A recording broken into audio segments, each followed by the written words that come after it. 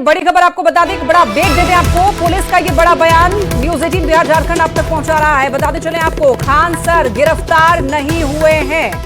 Update आप तक पहुंचा दें, खान सर की गिरफ्तारी नहीं हुई है। हमारी अभी बातचीत हुई है और ऐसे में आपको ये अपडेट न्यूज़ 18 बिहार झारखंड दे रहा है कि खान सर पुलिस की गिरफ्त में नहीं है, पुलिस की हिरासत में नहीं है। खान सर की गिरफ्तारी नहीं हुई है। ये बड़ा अपडेट इस मामले में। बीपीएससी अभ्यर्थी लगातार प्रदर्शन कर रहे हैं और ऐसे में आपको ये अपडेट पहुंचा रहे हैं। गर्दनीबाग में प्रदर्शन लोग कर रहे हैं, लेकिन खान सर की गिरफ्तारी नहीं हुई है।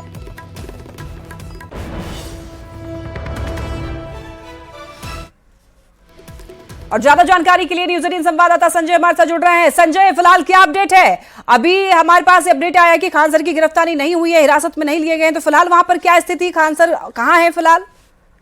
न्यूज़ 18 पर सबसे बड़ी खबर प्रसारित की गई पटना के एसएसपी राजीव मिश्रा के हवाले से। उन्होंने कहा कि खान सर को, जो कोचिंग संचालक है, शिक्षक है, उनको न तो हिरासत में लिया गया है और न ही उन्हें गिरफ्तार किया गया है। ये बातें बेबुनियाद है। उन्होंने 2 शब्दों में इसका खंडन किया है।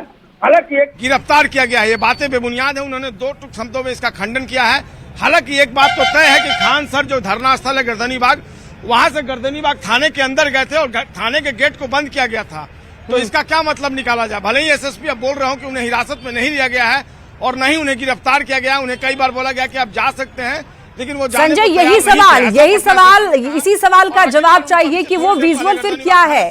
पुलिस उनको पीसीआर वैन में बिठाकर आगे ले जाती हुई दिखाई दी उस वीडियो में, तो वो वीडियो क्या कहता है? चले जाएंगे, लेकिन जो तस्वीरें सामने आई थी उसमें वो पुलिस के संरक्षण में, पुलिस के साथ वो गर्दनीबाग थाने के अंदर गए थे। गर्दनीबाग थाने के गेट को बंद कर दिया गया था। अब पटना पुलिस जो है वो डिनाई कर रही है हिरासत और गिरफ्तारी से। जी चलिए, ठीक है, बहुत धन्यवाद आपका इन तमाम जानकारियों के लिए संजय। और रोशन से हम लोग बात कर रहे थे। रोशन, आपकी हमने बात सुन ली है कि आप लोग चाह रहे हैं कि वो जो मल्टीपल सेट क्वेश्चन है वो नहीं होना चाहिए और आप लोग चाह रहे हैं कि स्थिति स्पष्ट की जाए। और हमारे साथ और भी मेहमान जुड़े हुए हैं, बीजेपी के प्रवक्ता है, उनके पास जाएंगे। मनीष जी, देखिए, लगातार अभ्यर्थी प्रदर्शन कर रहे हैं, कंफ्यूजन कहीं ना कहीं है, कुछ तो लूप होल है जिसकी वजह से लगातार प्रदर्शन कर रहे हैं अभ्यर्थी, अपना इतना कीमती वक्त छोड़कर प्रदर्शन कर रहे हैं। तो क्यों आखिर बीपीएससी जो है वो स्थिति को स्पष्ट कर देता है, क्यों नहीं कर देते हैं? नहीं, देखिए, एक बात तो मैं जरूर कहना चाहूंगा पूरे पैनल को और पूरे आपके दर्शकों को कि बिहार में बड़ी मुश्किल से स्थिति संभाली गई है। बड़ी मशक्कत के बाद परीक्षा जो है, वह जो पेपर लीक के मामले आते थे, जिस प्रकार से बिहार बदनाम था, बीपीएससी ने बहुत मेहनत करी है इसके ऊपर। पिछले बार कई परीक्षाओं में यह देखा गया है। मुझे लगता है कि यह जो इस प्रकार की जो प्रक्रिया आई है, एक बात तो हम सभी लोगों को समझना चाहिए कि बीपीएससी भी लगातार प्रयत्नशील है कि पेपर लीक से कहीं न कहीं बचे जाएं। एक बात। देखिए, दूसरी बात, जो नॉर्मलाइजेशन की जो प्रक्रिया है, मनीष जी, लगातार चेयरमैन साहब जो हैं वो अपडेट दे रहे हैं कि नॉर्मलाइजेशन अगली बार से लागू होगा, अभी लागू नहीं है। तो आखिर पूरी तरीके से स्थिति स्पष्ट क्यों नहीं कर देते हैं? जो मांग है अभ्यर्थी जो है, जो चाह रहे हैं, वो बात बोल दीजिए या नोटिस जारी कर दीजिए। मैं उसी विषय पे आ रहा था। मैंने कहा कि कल ही, आज आंदोलन की तिथि थी, इसी वजह से कल ही बीपीएससी के चेयरमैन ने, उनका विजुअल्स आया, उन्होंने स्पष्ट रूप से कह दिया कि नॉर्मलाइजेशन लागू नहीं होगा। अब इसके बाद मुझे लगता है कुछ कहने को बचा नहीं था, लेकिन इसके बाद भी जो तिथि तय की गई थी छात्र नेताओं के द्वारा आंदोलन का, वो लोग आज आंदोलन किए। जबकि बीपीएससी के चेयरमैन अगर ऐसा कहते हैं तो यह काफी है। नोटिफिकेशन की बात आ रही है, यह एक लीगल प्रक्रिया है। अभी आपके छात्र नेता रोशन जी कह रहे थे कि एक फर्जी कुछ लीक हुआ था, तो उसका उन्होंने जो है क्लेरिफाई अपने वेबसाइट पर किया। देखिए, यह बीपीएससी का विशेषाधिकार है।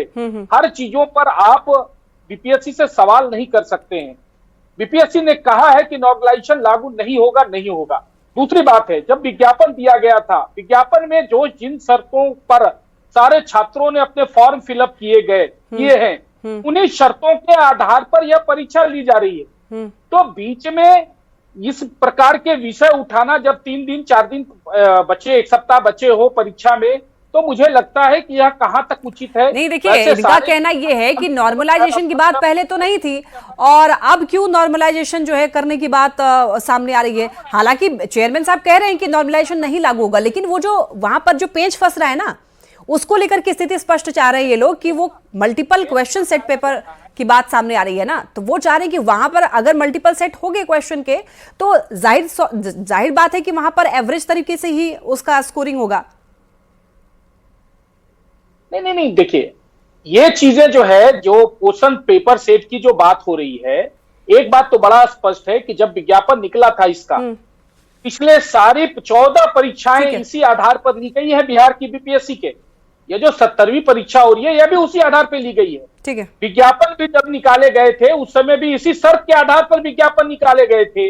अब रही बात यह चीज की किस सेट से परीक्षा ली जाएगी बिहार में, मैंने कहा कि अब लौटूंगे आपके पास मनीष जी। आरजू खान भी हमारे साथ जुड़े हुए हैं।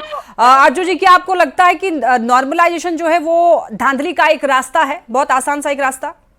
सबसे बड़ा सवाल है कि आप प्रदेश में किसके लिए बैठे हुए हैं या देश में किसके लिए? आप अपने गरीब बेरोजगार नौजवानों के लिए बैठे हैं। अगर वो बात उठाते हैं कि नॉर्मलाइजेशन नहीं होना चाहिए तो बीपीएससी को स्पष्टीकरण देने में इतना टाइम क्यों लग गया? अगर स्पष्टीकरण दे दिए होते अगर बीपीएससी के चेयरमैन, तो ये आज नौबत नहीं आती। जिस तरीके से राजीव जी आए और उन्होंने सीरियस से एकदम खारिज कर दिया कि खान सर को नहीं किया गया अरेस्ट, लेकिन आपने वो स्टिंग ऑपरेशन भी दिखा दिया कि है या नहीं है। और इनकी मजबूरी है, सत्ता में बैठे हुए ये लगातार विरोध क्यों हो रहे हैं? बीपीएससी के पेपर लीक क्यों हो रहे हैं? आप 239 लोग जो हजारीबाग से पकड़े गए, आपने उन लोगों के लिए क्या किया? उसको आजीवन प्रतिबंध किया। 93,000 लोग जो है बीपीएससी का फॉर्म नहीं भर पाए हैं। छात्र के जो लीडर हैं वो कहते थे कि आप 2 से 3 दिन और दे दीजिए। आपने बीपीएससी के चेयरमैन ने उनकी बात को नहीं माना, तो यह असंतोष तो होगा ना। और दूसरी बात, आप प्राइवेट कोचिंग के शिक्षकों से बैठकर आप राय मशवरा कर रहे हैं, लेकिन आप सरकारी जो, लेकिन एक और बात देखिए, अभ्यर्थी जो है वो लगातार मांग ये भी है उनकी कि कुछ दिनों का और उनको टाइम दिया जाए, कम से कम 1 दिन का, जिससे जो बचे हुए लोग हैं वो फॉर्म भर सकें। लेकिन इससे पहले एक बार और डेट एक्सटेंड हो चुका है, एक्सटेंड होकर के ही लास्ट फॉर्म भरा है। आपकी जवाबदेही, मेरी जवाबदेही, सत्ता में बैठे हैं तो अपने प्रदेशवासियों के लिए ही है ना। अगर उनकी बात को मान लेते, ये स्पष्टीकरण कर देते कि नॉर्मलाइजेशन नहीं होगा, तो ये होता ही नहीं आंदोलन। और आप क्यों नहीं कर रहे थे स्पष्टीकरण?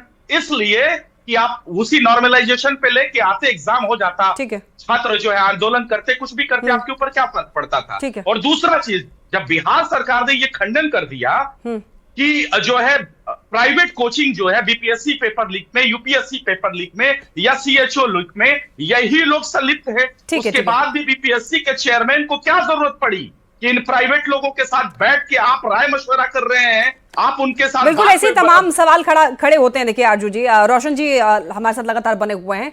अगर मान लीजिए कि अब तो 13 तारीख को पेपर है, अनाउंसमेंट हो चुका है, अब तो एडमिट कार्ड भी आ गया है और लगातार चेयरमैन साहब कह रहे हैं कि नॉर्मलाइजेशन जो है वो लागू नहीं होने वाला है। अब कुछ ही लगभग 5 से 6 दिन का समय है, तो अगर मान लीजिए आप लोगों की मांग जो है नहीं मानी जाती है, तो आगे आप लोग क्या सोच रहे हैं, क्या विकल्प है आपके पास?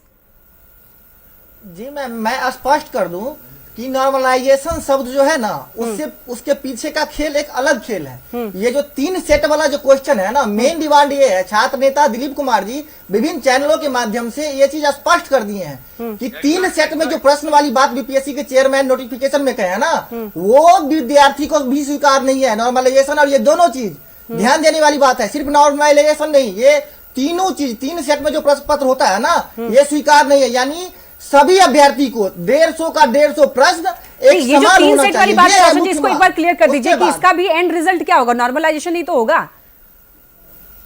देखिए मैम, जी मैम वही बता रहे हैं, अगर नॉर्मलाइजेशन नहीं भी होता है ना, तो 3 सेट में अगर प्रश्न रहेगा तो विभिन्न अभ्यर्थी को 3 यानी 150 क्वेश्चन अलग अलग प्रकार के रहेंगे, जिसके कारण से किसी अभ्यर्थी ठीक है। लेकिन आप देखिए एक आखिरी सवाल आपसे पूछना चाहते हैं रोशन जी कि देखिए ये तो पहले से ही लिखा हुआ था उसमें नोटिस में, जब भी आप लोग फॉर्म भर रहे होंगे तो आप लोगों ने पढ़ा भी होगा, तो ऐसे में आप देखिए समय भी कम है, तो क्या ऐसा नहीं लगता है कि जो अभ्यर्थी वहां पर जाके अपना टाइम वेस्ट कर रहे हैं प्रदर्शन में, उनको प्रदर्शन छोड़ के पढ़ाई पर समय देना चाहिए जल्दी से? जी मैम, तो मैं आपको बता दूं कि बीपीएससी के द्वारा ये कहा गया था, सारी मीडिया में चला है कि जब प्राइवेट कोचिंग संस्थानों में जब ये खबर चला था, प्राइवेट कोचिंग संस्थानों के साथ मीटिंग हुई थी, तो उसके बाद जब खबर चला था, तो बाद में जब उसका विरोध हुआ तो ये खबर भी चला है कि बीपीएससी मीटिंग करेगी 15 नवंबर को स्टूडेंट के यानी साथ। कि और आप स्टूडेंट साफ का राय तौर पूछा पर है, ये लेकिन राय कहने का कब मतलब पूछा ये है कि गया? चेयरमैन को स्थिति स्पष्ट करनी चाहिए, इस पर एक नोटिस जारी किया जाना चाहिए जिससे वो बताएं बीपीएससी की नॉर्मलाइजेशन लागू नहीं हो रहा है, तब आप लोग मानेंगे। फिलहाल आप लोगों का बहुत शुक्रिया हमारे साथ जुड़ने के लिए इस चर्चा में। तो ऐसे में न्यूज़ 18 भी आप लोगों से यही अपील करता है कि आप लोग का समय जो बहुत कीमती है और आप लोग जाकर के पढ़ाई करें। तो देखिए बीपीएससी ने नोटिस जारी किया है, पटना से बड़ी खबर, प्रदर्शन के बाद नोटिस जारी किया, ये बड़ी खबर आप तक पहुंचा रहे हैं। बताते चले आपको 17वीं बीपीएससी में नॉर्मलाइजेशन लागू नहीं होगा। बीपीएससी ने पूरी तरीके से इसे अफवाह बताया है, अफवाहों पर ध्यान नहीं देने की बात की जा रही है। नॉर्मलाइजेशन का प्रस्ताव नहीं था और चेयरमैन ने बार बार इस बात की स्पष्टीकरण उन्होंने दी है कि बीपीएससी इस बार पेपर में, इस बार एग्जाम में नॉर्मलाइजेशन लागू नहीं करने वाला है और अफवाहों पर ना ध्यान दे।